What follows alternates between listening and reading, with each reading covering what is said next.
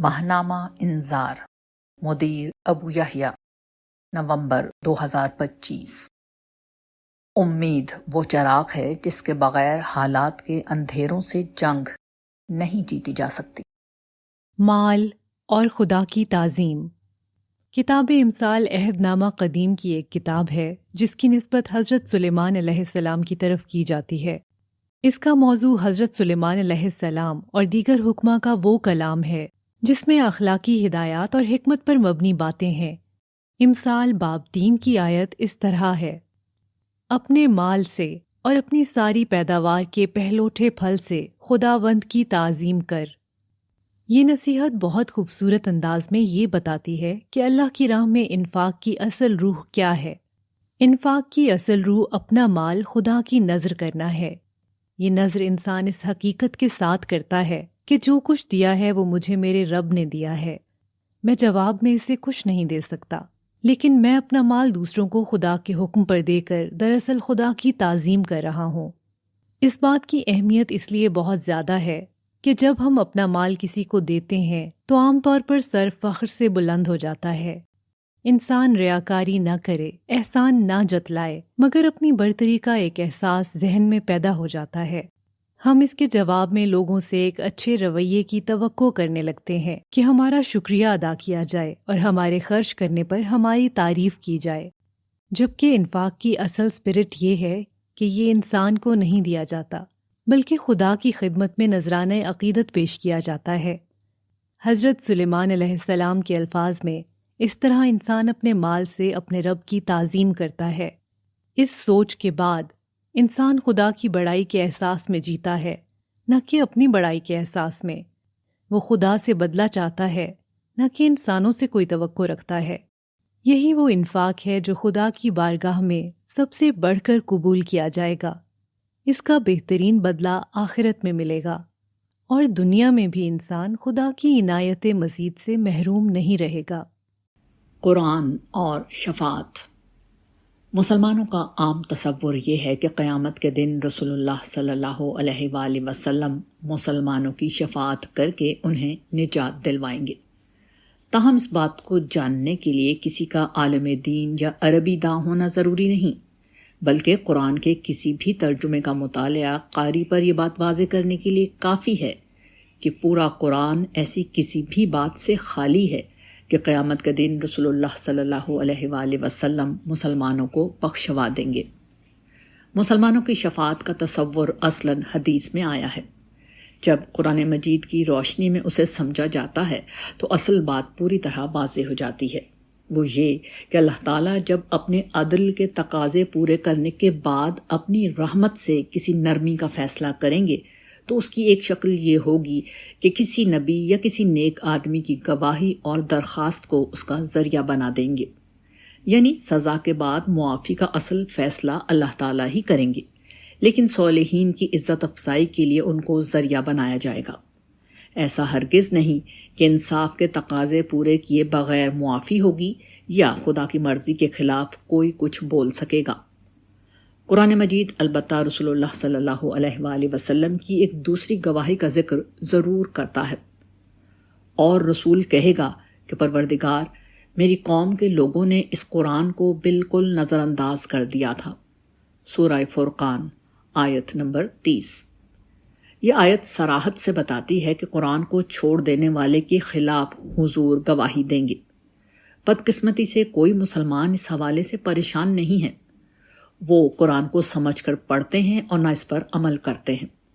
وہ نہیں جانتے کہ اس جرم کے بعد حضور ان کے خلاف گواہی دینے اور فریاد کرنے کھڑے ہوں گے، نہ کہ ان کے حق میں شفاعت کرنے۔ یہی وہ حقیقت ہے جس سے آج کے مسلمان آخری درجے میں ناواقف ہیں۔ سانسوں کی مالا پہ۔ میرا بائی 16ویں صدی عیسوی کی ایک ہندو شاعرہ تھیں۔ وہ راٹھور قبیلے کے راجپوت سردار رتن سنگھ کی بیٹی تھیں اور بعد ازاں راجہ بھوپال داس کی بیوی بنی جو میواڑ کے حکمران رانا سانگا کے بیٹے تھے۔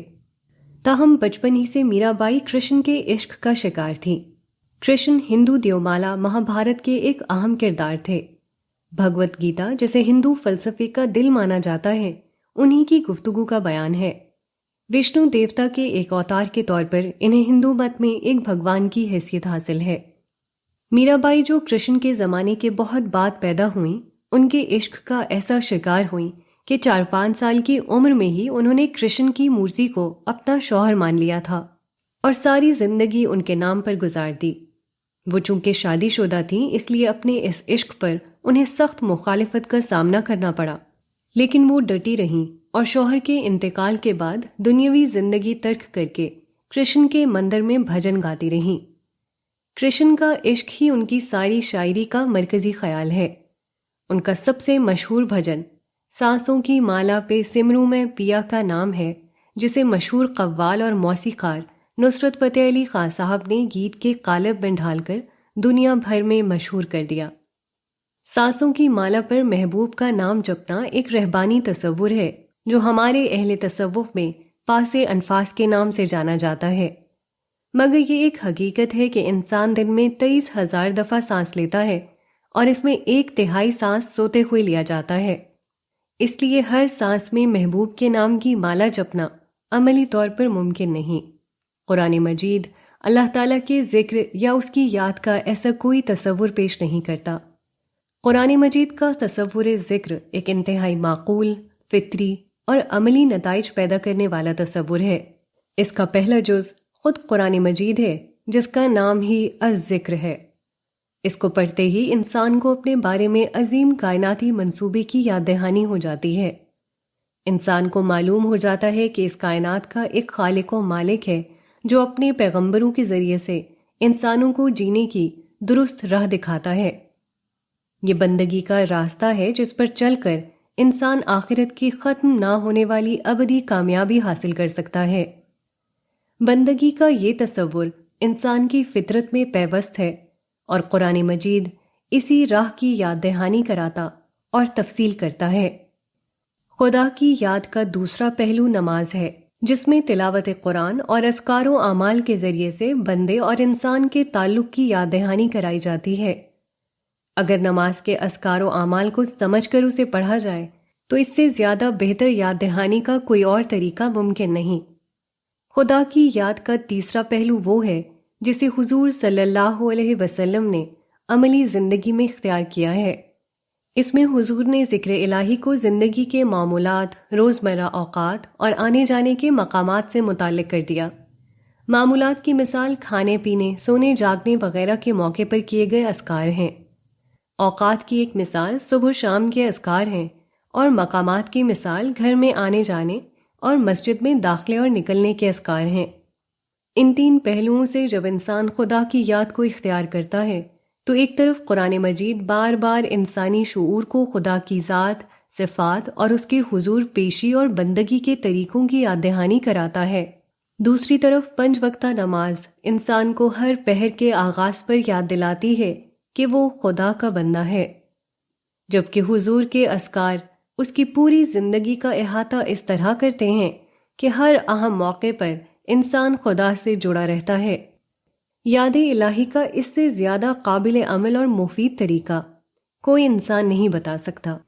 ابدی زندگی اور مسلمان۔ 3 ستمبر 2025 کے دن بیجنگ میں چین نے جاپان کے خلاف اپنی فتح کی یاد میں ایک فوجی پریڈ کا اہتمام کیا۔ اس میں شرکت کے لیے متعدد سربراہان مملکت موجود تھے۔ ان میں سب سے نمایاں روس کے صدر پیوٹن تھے۔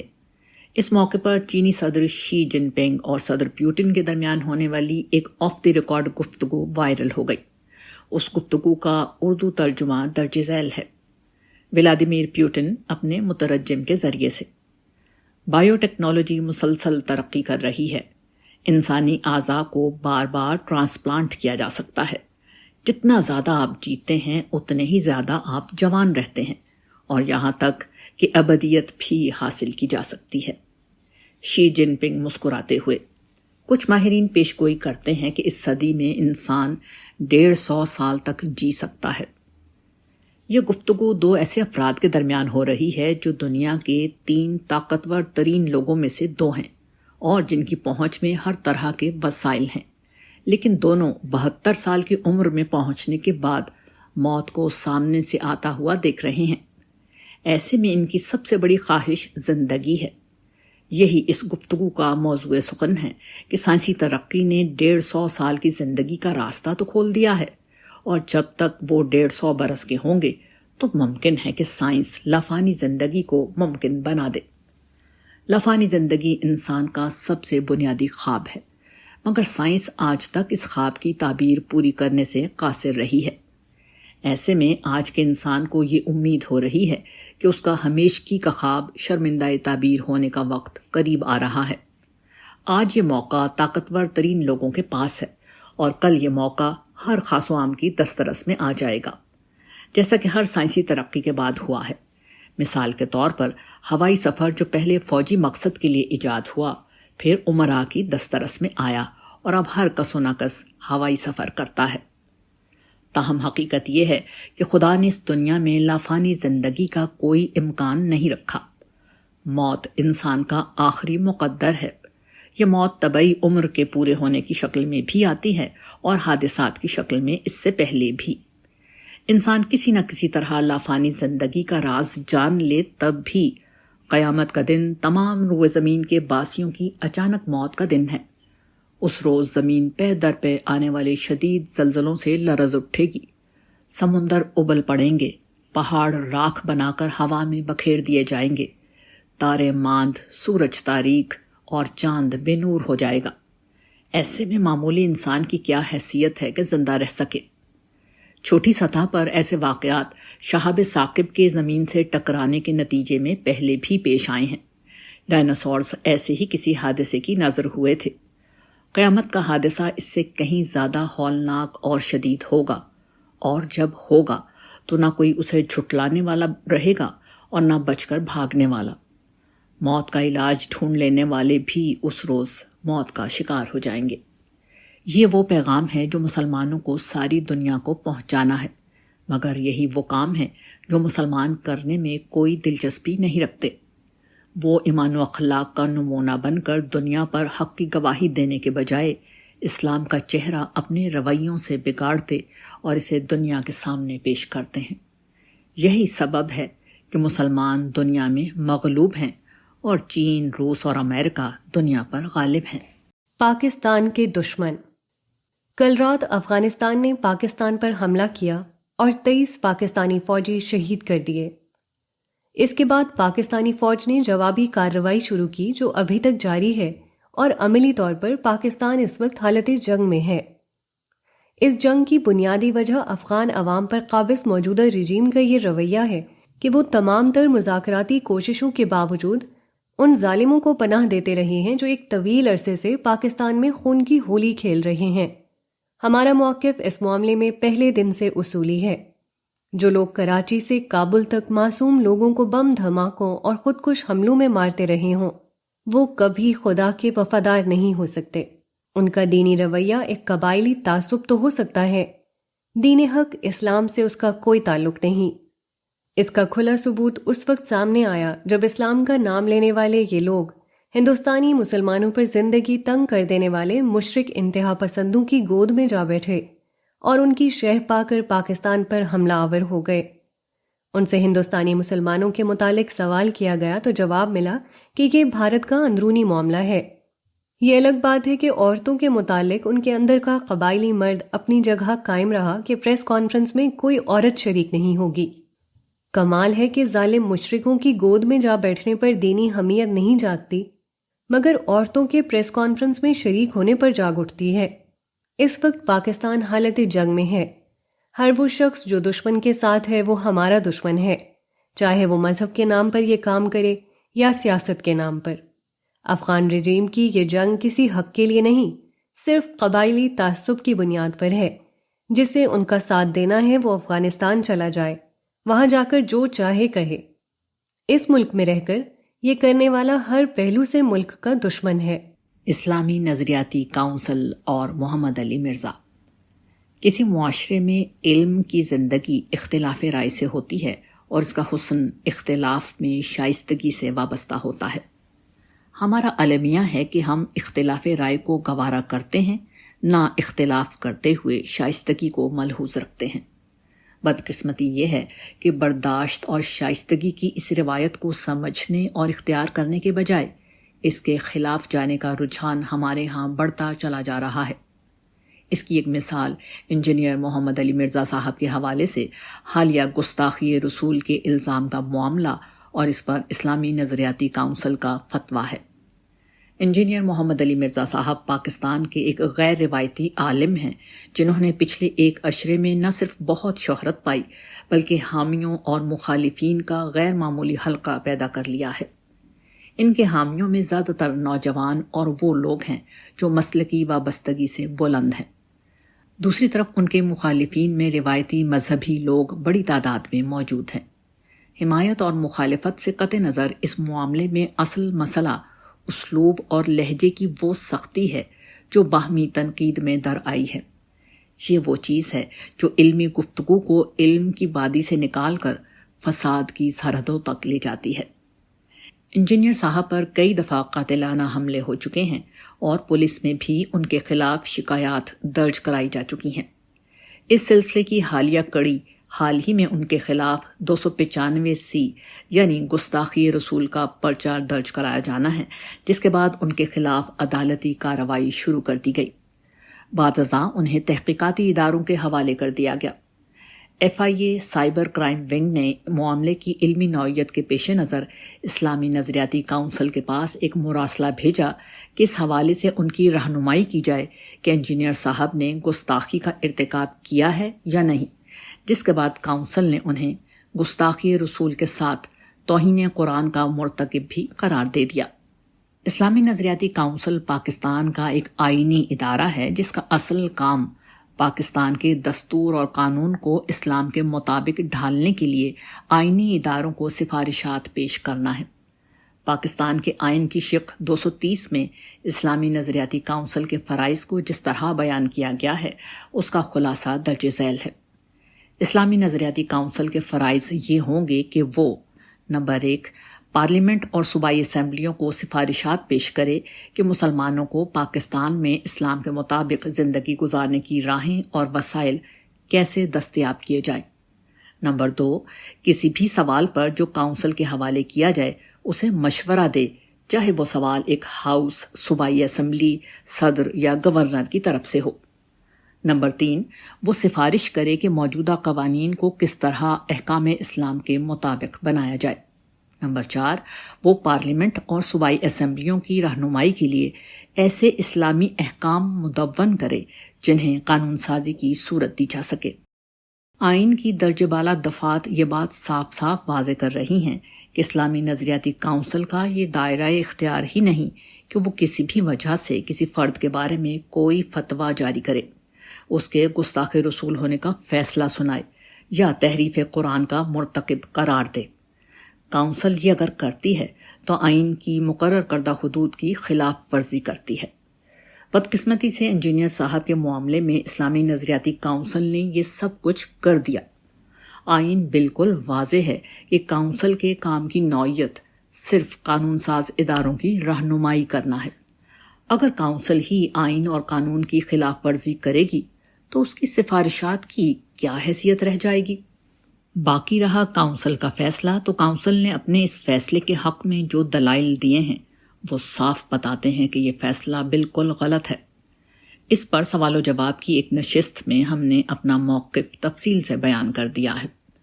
اس کا خلاصہ یہ ہے کہ نقل کفر سے کفر لازم نہیں آتا۔ یہ اصول مان لیا جائے تو مسلمانوں کے ہر فرقے کی کتابوں سے ایسا مواد نکال کر اس کے علماء کو کافر اور گستاخ قرار دینے کا چلن عام ہو جائے گا۔ دوسرا یہ ہے کہ کسی آیت کا مفہوم اگر کوئی غلط بیان بھی کر دے تب بھی توہین قرآن کا الزام اس پر نہیں لگایا جا سکتا۔ اہل علم کو اگر انجینئر صاحب کا نقطہ نظر غلط لگتا ہے تو انہیں دلیل سے شکست دیں۔ دلیل اور شائستگی کے ساتھ اپنی بات لوگوں کے سامنے رکھنے ہی میں علماء کا وقار ہے، نہ کہ گستاخی کے فتاوی میں۔ جہاں تک انجینئر صاحب کا تعلق ہے تو ان کی تنقید میں اگر جان ہے تو لہجے میں کسی سختی اور اسلوب میں کسی درستی سے ان کے موقف کو کوئی فائدہ نہیں بلکہ نقصان ہوگا۔ اس سے زیادہ نقصان سماج کا ہوگا، جہاں اختلاف رائے کو گوارا کرنا اور اسلوب کی شائستگی کا قال پڑ چکا ہے۔ نبی علیہ السلام اور غیب کا علم۔ سوال: قرآن میں کہیں یہ کہا گیا ہے کہ حضور صلی اللہ علیہ وسلم کو غیب کا علم نہیں ہوتا تو انہیں کوئی نقصان نہیں پہنچتا، اور کہیں کہا گیا ہے کہ غیب کا علم ہے، اس کی وضاحت کر دیں۔ طلحہ۔ جواب: غیب کے علم سے مراد ان امور کا علم ہے جو انسان کے مشاہدات، تجربات اور احاطۂ علم سے باہر ہوں، جیسے خدا، آخرت، فرشتوں کے احوال۔ اسی طرح ماضی، حال اور مستقبل کے ان واقعات کا علم امور غیب میں سے ہے جن پر کسی خبر کے بغیر مطلع نہیں ہوا جا سکتا، اور نہ حالات و قرائن اور کسی داخلی و خارجی علم سے ان کا کوئی اندازہ ہی کیا جا سکتا ہے۔ یہ سارا علم مطلقاً اللہ تعالیٰ کے پاس ہوتا ہے، کیونکہ وہی ہے جو زمان و مکان کی ہر قید سے بالا تر ہے۔ جب کسی ہستی کو منصب نبوت پر فائز کیا جاتا ہے تو اس کا مطلب یہی ہوتا ہے کہ اسے اس علم غیب میں سے کچھ امور کا علم دیا گیا ہے۔ اسی بنیاد پر وہ اپنی دعوت پیش کرتا، اس کے دلائل دیتا اور مخالفین کے سوالات و اعتراضات کے جواب دیتا ہے۔ تاہم نبی کو کیا اور کتنا علم غیب دینا ہے، اس کا فیصلہ اللہ تعالیٰ کرتے ہیں۔ اس اصولی بات کے بعد قرآن مجید کے متعین مقامات کو لے لیں تو ان میں صرف اتنی بات کہی گئی ہے کہ میری حیثیت ایک نبی کی ہے جو وحی کی روشنی میں خدا کا پیغام تم تک پہنچا رہا ہے۔ میں نے خدائی کا دعویٰ نہیں کیا کہ تمام تر غیبی علم اور قدرت مجھے مل گئی ہے اور مجھے اب کوئی نقصان نہیں پہنچنا چاہیے یا سارے فائدے مجھے ہی ملنے چاہیے۔ اس چیز کی نفی نہیں ہے کہ خدا نے بحیثیت نبی مجھے ضروری غیبی امور سے مطلع نہیں کیا، بلکہ صراحت کے ساتھ کہا ہے کہ مجھ پر وحی اترتی ہے اور میں خدا کی طرف سے قیامت کا انذار اور جنت کی خوشخبری سنانے والا ہوں۔ یہ سارے کام غیب کے علم کے بغیر کیے ہی نہیں جا سکتے کہ یہی چیزیں سب سے بڑھ کر غیبی امور ہیں۔ ارشاد باری تعالیٰ ہے: ان سے کہہ دو اے پیغمبر، میں تم سے یہ نہیں کہتا کہ میرے پاس اللہ کے خزانے ہیں، نہ میں غیب جانتا ہوں اور نہ تم سے یہ کہتا ہوں کہ میں کوئی فرشتہ ہوں، میں تو صرف اس وحی کی پیروی کرتا ہوں جو مجھے کی جاتی ہے۔ سورہ انعام آیت 50۔ مجھے سارے غیب کا علم ہوتا تو میں خیر کثیر جمع کر لیتا اور مجھے کبھی کوئی نقصان نہ پہنچتا۔ حقیقت یہ ہے کہ میں صرف ایک خبردار کرنے والا اور خوشخبری سنانے والا ہوں ان لوگوں کے لیے جو ایمان لانا چاہیں۔ سورہ اعراف آیت 188۔ خلاصہ یہ ہے کہ نبی ہونے کا مطلب خدا کی طرف سے غیب کی خبریں انسانوں تک پہنچانا ہے۔ یہ مطلب نہیں کہ خدا کا سارا علم نبی کے پاس آ جاتا ہے۔ ابو یحییٰ۔ نیکی کی زندگی اور مصائب و پریشانیاں۔ سوال: السلام علیکم، میرا سوال یہ ہے کہ میں کچھ لوگوں کو دیکھتا ہوں جو شریعت کے پابند ہیں، نیک اعمال کرنے میں آگے ہوتے ہیں، لیکن ان کے دنیاوی مسائل حل نہیں ہوتے، مسلسل صحت اور رزق سے پریشان رہتے ہیں اور کبھی اس پریشانی میں ہی انتقال بھی کر جاتے ہیں۔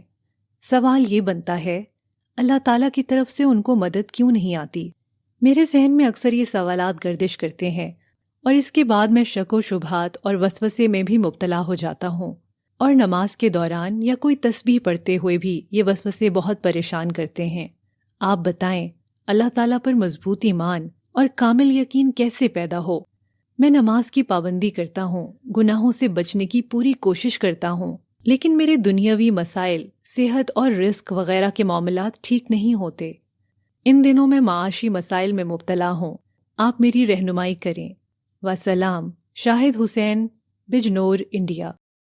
جواب: عزیز من، اس بات کو سمجھ لیجئے، دنیا میں آنے والی پریشانیاں، مصائب اور آلام اس بنیاد پر نہیں آتے کہ کون شخص نیک ہے اور کون بد ہے۔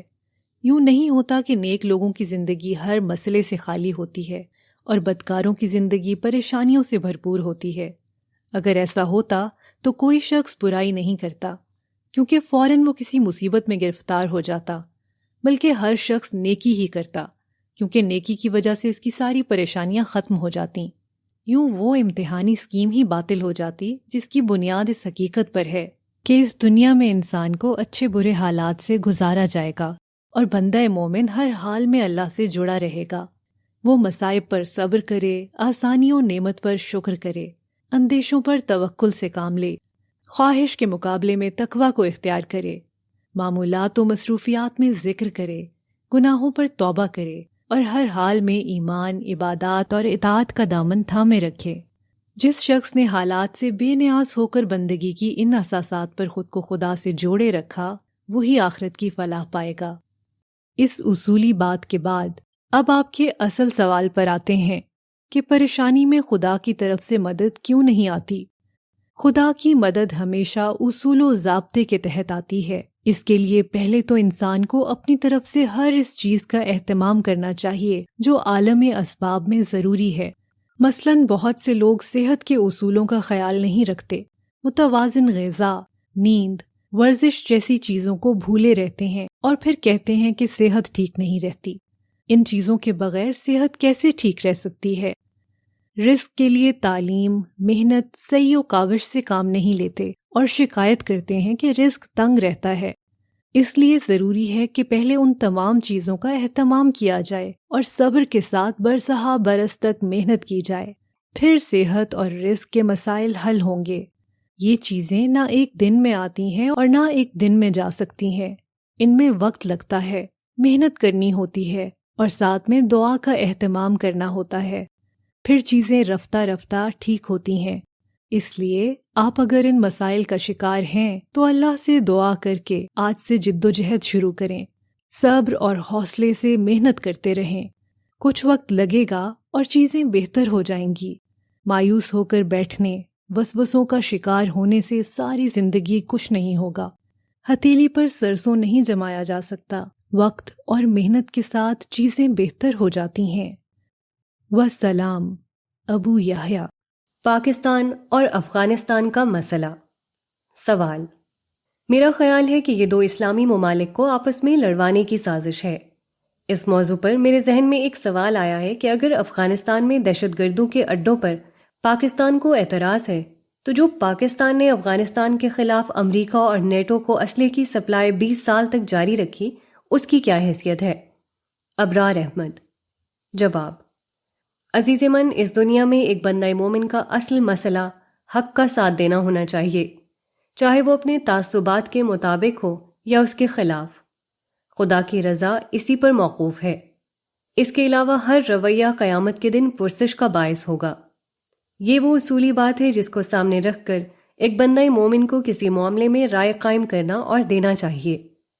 بدقسمتی سے ہمارے ہاں حق کی راہ میں دو رکاوٹیں بہت عام ہیں۔ پہلی یہ کہ ہر چیز کو سازش کے خانے میں ڈال دیا جائے، دوسری یہ کہ جب کسی غلطی پر توجہ دلائی جائے تو اپنا جائزہ لینے کے بجائے ایک الزامی رویہ اختیار کر لیا جائے۔ یہ دونوں چیزیں انسان کو سچائی تک پہنچنے نہیں دیتی۔ قرآن مجید میں اس کی اگر کوئی مثال دیکھنی ہے تو وہ فرعون کا واقعہ ہے، جب اس نے حضرت موسیٰ کی دعوت کے جواب میں اپنے درباریوں کے سامنے یہ سازشی منصوبہ بے نقاب کیا تھا کہ حضرت موسیٰ علیہ السلام اپنے جادو کے زور پر انہیں ان کی سرزمین سے بے دخل کرنا چاہتے ہیں۔ سورہ شعراء آیت 35۔ اسی صورت میں بیان ہوا ہے کہ جب حضرت موسیٰ علیہ السلام نے اپنی دعوت اس کے سامنے رکھی تو اس نے اصل بات پر توجہ کرنے کے بجائے حضرت موسیٰ پر اپنی قوم کے ایک آدمی کے قتل کا الزام لگا کر بات کو اصل مدعے سے ہٹانے کی کوشش کی تھی۔ سورہ شعراء آیت 16۔ یہ باتیں اگر میں واضح کر سکا ہوں تو آپ کے سوالات کو کچھ دیر مؤخر کر کے میں اصل مسئلے کو آپ کے سامنے رکھنا چاہوں گا۔ سردست افغانستان کے حوالے سے مسئلہ یہ زیر بحث ہے کہ پاکستان میں مسلسل دہشت گردی ہو رہی ہے۔ دہشت گرد باقاعدہ فوج کی شکل میں جنگ لڑنے نہیں آتے، بلکہ بارڈر پار کر کے سویلین آبادیوں میں چھپے رہتے ہیں، وہاں سے خودکش حملوں اور دہشت گردی کی کارروائیاں کر کے حکومتی اہلکاروں اور سویلینز کو بے دریغ قتل کرتے ہیں۔ اس کے بعد پھر وہ دوبارہ سویلین آبادی میں چھپ جاتے ہیں یا بارڈر پار چلے جاتے ہیں۔ بدقسمتی سے یہ سب کچھ اسلام اور جہاد کے مقدس نام پر کیا جا رہا ہے، یعنی ریاست پاکستان اس کے آئین اور حکومتی اداروں کو ختم کر کے اپنی تعبیر کے مطابق یہاں اسلامی حکومت قائم کرنا۔ سوال یہ ہے کہ اسلام ایسے ہی آتا ہے کیا؟ اللہ تعالیٰ کیا جنت اسی اصول پر دے رہے ہیں کہ کچھ لوگ جبراً پوری ریاست پر اپنی خاص تعبیر کے مطابق دین ٹھوس دیں اور لوگ لازماً اس کے مطابق خود کو ڈھال کر زندگی گزاریں؟ کیا جنت ایسے ہی ملے گی؟ کیا قرآن مجید یہی کہہ رہا ہے؟ اسی طرح کیا اسلام کا مقدس جہاد دہشت گردی پر مبنی ایسی ہی کارروائیوں کا نام ہے؟ کراچی سے کابل تک پچھلے 25 برسوں میں اسلام کے مقدس نام پر بے گناہوں کا جو قتل عام ان لوگوں نے کیا اور جس طرح اختلاف رکھنے والے علماء کو شہید کیا گیا، وہ انتہا پسندوں کے اندھے حمایتی شاید بھول جائیں۔ خدا کے فرشتوں نے ایک ایک چیز لکھ رکھی ہے اور وہ بہت جلد ایک ایک کا حساب بے باک کرے گا۔ کسی کو اس حوالے سے معمولی سی غلط فہمی بھی نہیں رہنی چاہیے۔ یہ ہے وہ اصل مسئلہ جسے سامنے رکھ کر ہم اس موضوع پر قلم اٹھاتے ہیں۔ اس لیے اپنے جواب سے پہلے اصل معاملے کو سمجھ لیں کہ آپ کس کی حمایت کر رہے ہیں اور قیامت کے دن اس حمایت کی کتنی بھاری قیمت دینی ہوگی۔ اس کے بعد آپ کے سوال پر آ جاتے ہیں۔ پہلی چیز تو آپ کی رائے ہے کہ یہ سازش ہے۔ یہ اگر سازش ہے تو اس میں افغانستان کی موجودہ رجیم ہی ملوث ہے، کیونکہ اسی کے وزیر خارجہ امیر خان متقی صاحب ایک ہفتے کے لیے بھارت یاترا پر ہیں۔ باقی جہاں تک نیٹو سپلائی کا تعلق ہے تو یہ معاملہ ختم ہوئے 4 برس سے زیادہ ہو چکے ہیں۔ آپ کی بات درست مان لی جائے تو پاکستان پر جوابی حملوں کا جواز 4 سال قبل تک تھا۔ اس کے بعد سے کیا جواز باقی رہا ہے؟ اس وقت تو صورتحال یہ تھی کہ خطے میں امن اور ترقی کا ایک موقع پیدا ہو گیا تھا۔ بھارتی انتہا پسندوں کے ساتھ مل کر پاکستان میں فساد پھیلانے والے گروہوں کی پشت پناہی کرنے کے بجائے چین اور پاکستان کے ساتھ مل کر خطے میں امن اور ترقی کی بنیاد رکھی جاتی۔ یہ وہ چیز تھی جس کی پیشکش چین اور پاکستان مل کر بار بار کر رہے تھے۔ پاکستانی اہلکار بار بار افغانستان جا کر یہ منصوبہ سامنے رکھ رہے تھے، مگر افغان وزیر خارجہ نے اس منصوبے پر بات کرنے کے لیے پاکستان آنے کے بجائے بھارت جانا پسند کیا اور وہاں جا کر پاکستان کے خلاف ایسے بیانات دیے جن سے فساد کی آگ مزید بھڑک اٹھی۔ آخر میں ہم پھر آپ کی توجہ مبذول کرا رہے ہیں کہ اصل مسئلے کو ایڈریس کریں جس کو ہم نے اوپر بیان کیا ہے۔ اس پر ہم نے اپنی کتاب غلامی، آمریت اور اسلام میں تفصیل سے گفتگو کی ہے۔ اس کا مطالعہ کیجیے اور سمجھیے کہ اسلام کے نام پر یہ سب کچھ کرنا کتنا غیر اسلامی ہے۔ اس سے ہٹ کر غیر متعلق چیزوں میں خود کو الجھانے کی کم سے کم قیمت حق سے محرومی ہے۔ کوئی سمجھے تو یہ بہت بڑی قیمت ہے۔ والسلام، ابو یحییٰ۔